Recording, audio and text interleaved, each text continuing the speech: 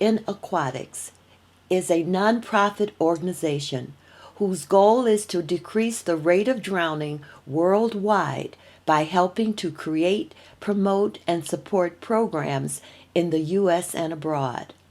Studies indicate that 70% of African American and 60% of Hispanic children don't know how to swim. Therefore, African Americans are 3 times more likely to drown than whites.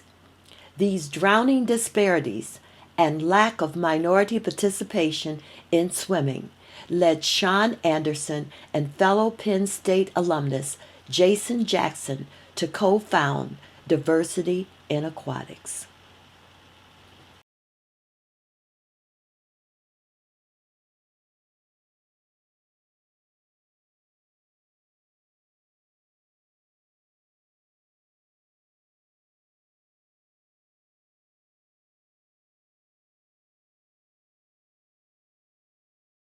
My name is Lee Pitts, swim instructor, swimming coach, lecturer, author, historian on a lot of focus on minorities and disadvantaged people in swimming.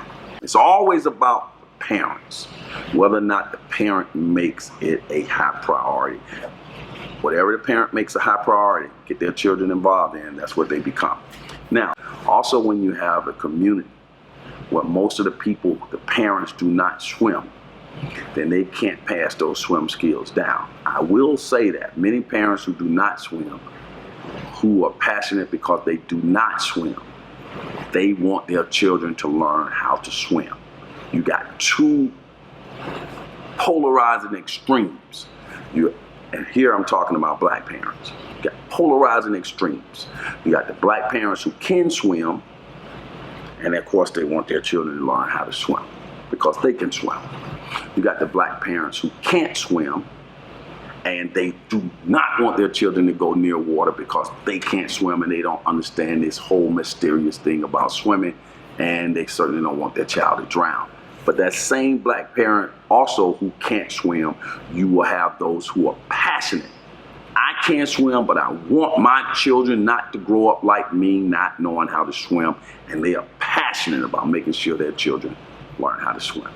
So you got all these dynamics coming together, which makes for where we are today in society in the 21st century, where swimming is still not a part of the African American culture, and there are certain things that have caused that as well in terms of the images that we send out. Please do not look at swimming as a sport. Sure, it's a sport, but if you can't execute the fundamentals of swimming when the time comes, it can mean the difference between life and death. Now you take football, if you can't catch a pass, you can just go back and practice catching a pass again. Basketball, if you can't make a basket, you can just keep practicing.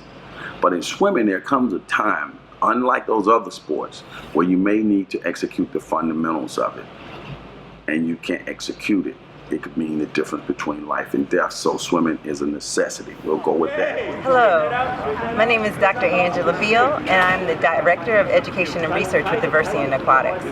A part of my role here is capturing the history of the importance of aquatics and aquatic physical activity in the African American community and minority and diverse communities overall. One of the things that we know is that drowning impacts minority populations at a disproportionate rate. We understand that among African Americans, we drown at 9 times higher the rate of white Americans. A lot of times we hear about the barriers that impact minority populations, such as fear, access, and opportunity. And across the board, through the research, we've found that there's a history of success and pride culturally and across, as we see right now, going into the Olympics, but also now having 2 African American females on the Olympic team. That's history in the making.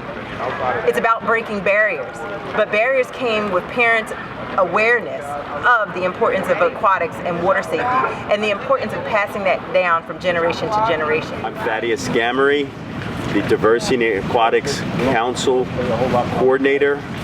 I've been a member of Diversity in Aquatics since 2008. I've occupied the position of council coordinator since 2012. The councils that fall under diversity and aquatics are scuba, competitive swimming, rowing, triathlon, veterans, Caribbeans, and historically black colleges and universities. We're also doing adult learn to swim. And the reason why we really take on adult learn to swim with a passion is because in the communities of color that are less represented in the swimming and aquatic activities world, we find that the fear of water and the lack of aquatic interest or swimming interest can be passed down from a parent to child, grandparent to grandson or daughter. It could be a family tradition of swimming, or it could be a family tradition of not swimming.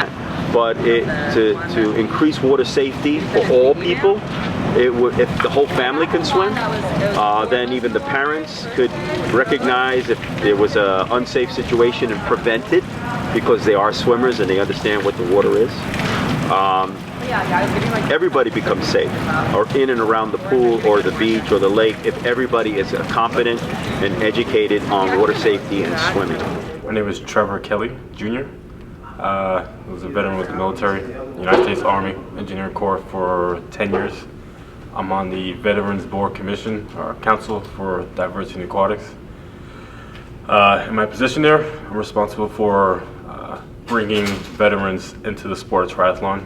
Another one of my goals are to bring in youth, young kids into the sport. Hopefully, once we start bringing in adults in, the parents, the kids follow, and that's one of that's a lot of the committee members on diversity and aquatics. We all believe that. So the kids follow the parents. The parents don't like to swim, they don't like the water. The kids don't like to swim, they don't like the water. It's a fear factor. So with bringing in water polo, canoeing, USA swimming, diving, triathlon, once you bring those kids into that arena and they have the opportunity to see that there's other sports that involve water, we hope to capture their attention. Hi, my name is Rhonda Marable. I am a former NCAA water polo player. I learned how to swim when I was 14 years old. I'd never swam before in my life before that first swim lesson when I was 14 with my kid brother who was 7. In my opinion, changing the culture of aquatics from many sides is important to decreasing the drowning rates and to increase participation, specifically in minority communities. And I think that we all know as aquatic professionals that if parents don't know how to swim, the kids won't learn how to swim. That's just a fact. There's only a 13% chance that a child's gonna learn how to swim if the parents don't know how to swim. And so we have to come up with a way to make swimming part of an adult's lifestyle. Because I think that beyond the fact that adults don't know how to swim, even if they do, what's not happening, I think, in Black communities specifically, is having water, having recreational aquatic activities being part of the conversations at home. You know, I have a lot of moms who are interested in the safety portion or who are interested in the opportunities portion, because swimming provides a lot of opportunities for Black youth that they otherwise wouldn't have if they didn't know how to swim. But one thing they always talk to me about is, oh, well, I'm afraid of the water, but I make sure that my kids get in the water. And I think that that's great. That's an awesome first step, but that's not enough to change a culture. What changes a culture is you as a mom, or you as a father, you as a grandmother, as a grandfather, aunt, uncle, you saying, kids, let's go to the pool. You saying, let's do a family vacation on a cruise this time. Because I think that your lack of participation and our lack of providing regular everyday opportunities that are aquatic, it means something to how much swimming gets ingrained in a child's future. I think that it's not enough to just have a swim lesson, because you can have a swim lesson and that's fine, but what's not going to change the culture in the Black community is only taking swim lessons. It's going to take us having role models that we see on TV. We need a LeBron James of swimming. You know, we need these people that kids can identify with. They can emulate them. They can strive to be somebody. And I think that these are all small things that we can do. Parents need to be participating.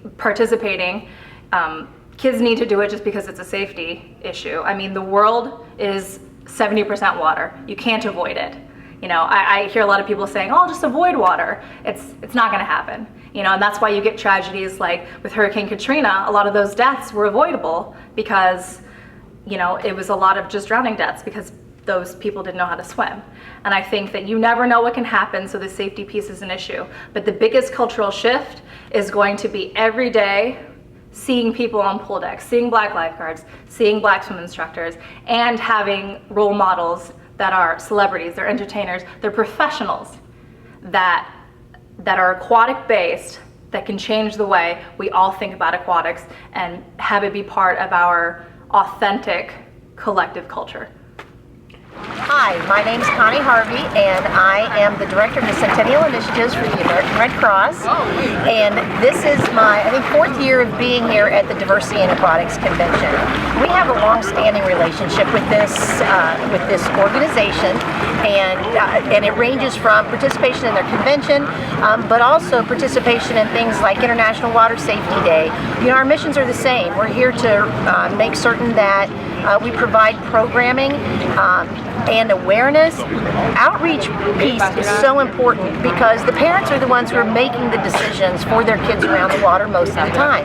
So they need to understand, number one, the importance of learning how to swim and getting their kids in lessons, but it's also about knowing what's safe behavior around the water or not, where are good places to go swimming or not, when to have their children or themselves in life jackets. So the biggest thing that everybody can do to assist is spreading the word about the importance of learning how to swim and knowing about water safety. The Red Cross is in every community across the nation.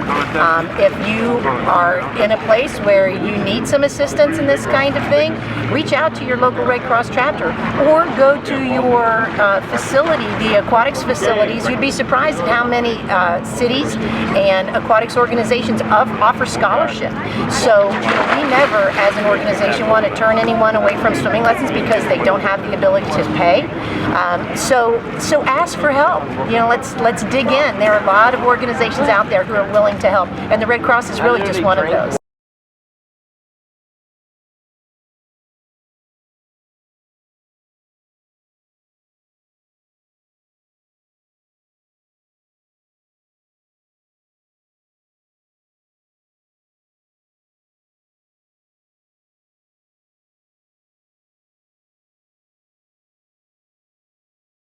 Our convention largely draws aquatic professionals, coaches, aquatic directors, scuba divers, rowers, sailors from the African American, the Caribbean, and Latino communities.